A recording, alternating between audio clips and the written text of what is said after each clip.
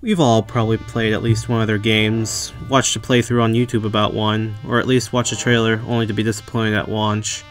You could ask many people how Ubisoft is doing, and you'll find many to say that the company's heydays have long since passed. How true is this?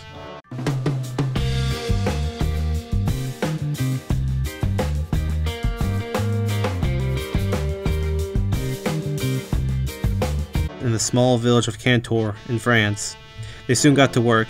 Ubisoft made deals with game publishers like Sierra Online, Microprose, and EA, who I talked about earlier in another video here. Many of these deals were to distribute their games in France on easier rates than competition. With this deal, they quickly began to expand their reach into other markets like in the US, the UK, and Germany by the end of the 80s. They grew so fast that they became France's largest distributor of video games by 1993. As the 90s began to roll into full swing, they began a new program called in-house development. This quickly expanded, and by 1994 they opened a new studio in Montreal in France, which quickly became the administrative and commercial head of the company. After becoming a publicly traded company in 1996, their luck continued as they expanded elsewhere into new studios in Agency, Shanghai, Montreal, and Milan, closing out the 90s. The new millennium, the new name, Ubisoft decided to get rid of the space between Ubi and Soft and make it the classic name we know today. For the next few years, they'll go around buying all types of shit. We're talking game divisions, franchises, whole studios, all in the span of just a few years, finalizing Ubisoft as where it is today.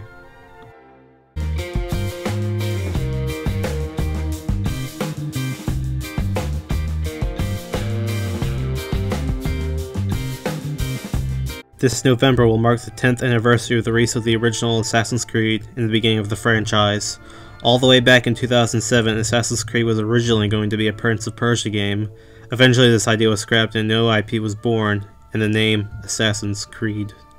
After its release, it would go on to sell 8 million copies, and thusly a new fully formed franchise had begun. The next few games were admired greatly for their design and story, and people definitely enjoyed them, selling millions of more copies. But a problem was beginning to form. As I discussed in an earlier video, franchises can suffer from stagnation when they do not innovate on their game or story. The next two games, 3 and Black Flag, saw radical changes to their game and gave a conclusion to the modern story that followed the true protagonist, Desmond. They saw Black Flag as the last good game from the franchise, hoping to bridge the world between 3 and 4 and connect a new modern story arc into the game. It sold as many as 3 did. But suddenly, a drop occurred. Most of the innovation, most of the changes were thrown out the door as Unity came along. A buggy nightmare that felt rushed, as many could see the game was taking one step forward, but several steps back. This negativity only felt compounded in Syndicate, receiving poor reviews, lesser sales, and more criticism for changing one thing but hurting many more in the process. Assassin's Creed has lost its sense of identity. To what made it fun and enjoyable is lost to Ubisoft. They didn't change the formula of combat and stealth soon enough to make an impact on their fanbase, but threw away much of the game's quality by filling it with pointless collectibles, a modern story arc devoid of any meaning, microtransactions up the ass, and repetitive side quests. From their hiatus, they revealed AC Origins, and perhaps this callback to a much more primitive time in history will prove to be a rebirth in the franchise, or it could leave the franchise dead and forgotten in a tomb in Egypt.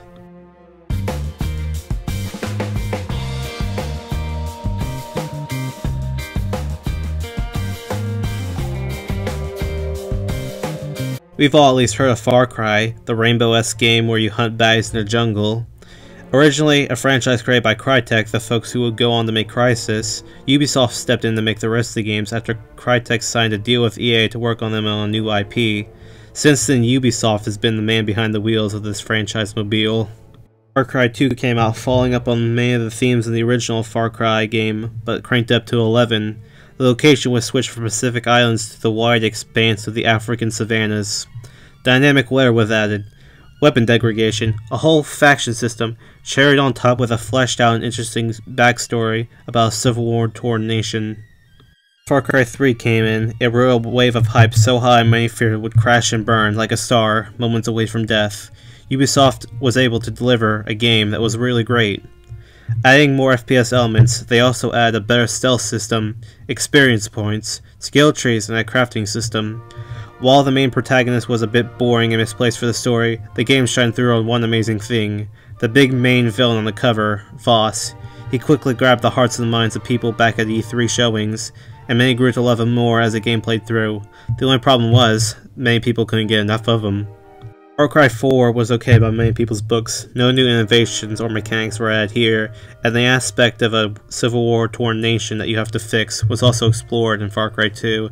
The main character also didn't feel right for this scenario, as if they were misplaced, but at least the main villain Pagan Mid was cool though. Stagnation really hit the wall with Primal. While bringing in a few new mechanics like beast taming, a lot of things were cut out. Currency in stores no longer existed, multiplayer was removed, and the game really felt out there and different. Ultimately, Primal did alright, getting decent sales and warranting at least another game. Far Cry 5 might be the biggest departure from the mainstay, not counting Primal. Usually the jungle has helped to create a setting that gave the game a sense of wildness, of being on the edge of a civilized world, trying to civilize it. This new game takes place in the rural US and removes it from the jungle, while not putting it fully into the concrete jungle of the city. Though it may have some potential, it will have to try and prove itself, and not try to rehash the same elements for the sake of being convenient and budget saving.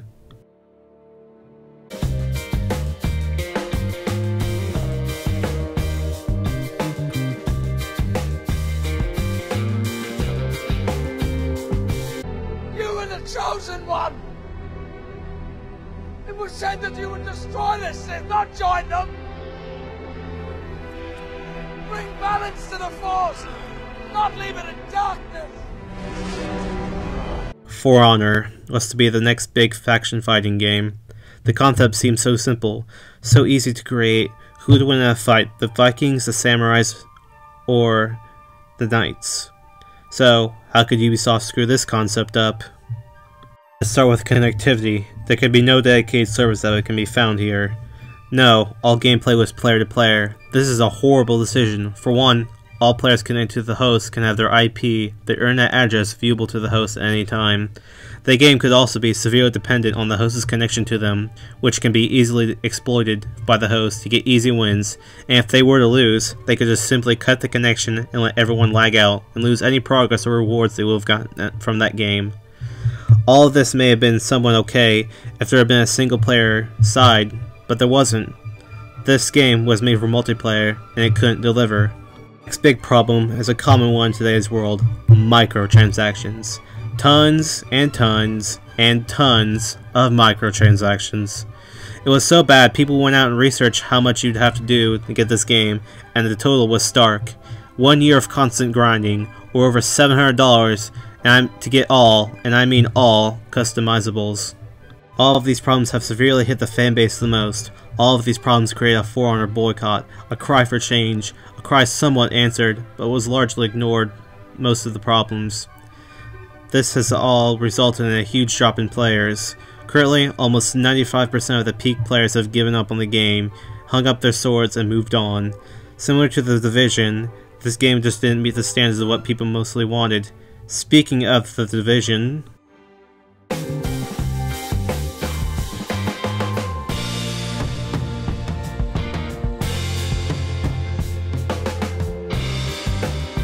the final subject of this analysis will be another recent letdown, The Division. The hype for this one was just as real as any other big-time series. The concept seemed promising, exploring a New York City recently hit by a biological weapon, sifting through a city devoid of any police, any army, any sense of real order. This game was supposed to be the big open world where you can explore anything, do anything, fight any other player you wanted. Flash forward past the beta, past all the reveals and demos at E3, to the release. For a lot of people, the early hours were great, a lot of what they wanted, but soon, people began to wise up. Most of the city you couldn't even explore at all, and parts that you could were severely lacking in content. The crafting got more and more tedious and boring the higher level you got, and just in general, the more you leveled up, the less there was content within the game, and it just became pointless to keep redoing the same thing over and over. Combine this with the hackers, the bugs, and the lack of additional content, and the grinding just to get lucky to get some better gear, led the Division down the same road For Honor took. Quickly, players began to drop off only after a few months. While this game did sell well, in fact, it sold extremely well enough to the point that it's almost guaranteed a sequel will be in the works right now. Whether they can capture Lightning Bottle twice or not is yet to be seen.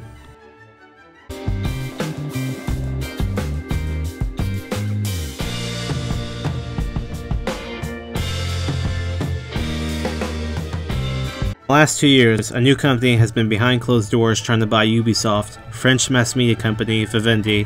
While not the first time a company has made a run for the hostile takeover, the most recent being EA, who in 2004 ate 20% of Ubisoft's stock, Vivendi seems keen to have their way with Ubisoft. In October, they were able to quickly buy up 10% of the stocks, which quickly caught the eye of the heads at Ubisoft. After taking over Gameloft, another company owned by the Guillemonts, the founders are trying their hardest to stay away from Vivendi, but that same year, their control only extended more, now reaching 20% by the end of 2016. At this current moment in time, they've gotten 27 of the 30% that they need to take over the company. Reports show that Vivendi may have control of Ubisoft by the end of this year, but the Guillemonts won't go down without a fight. Themselves holding more than 14% of the share, they are raising their stakes, in an all-or-nothing attempt to keep control of the beasts that they have created. What the definition of insanity is. Insanity is doing the exact same fucking thing over and over again, expecting shit to change. That is crazy.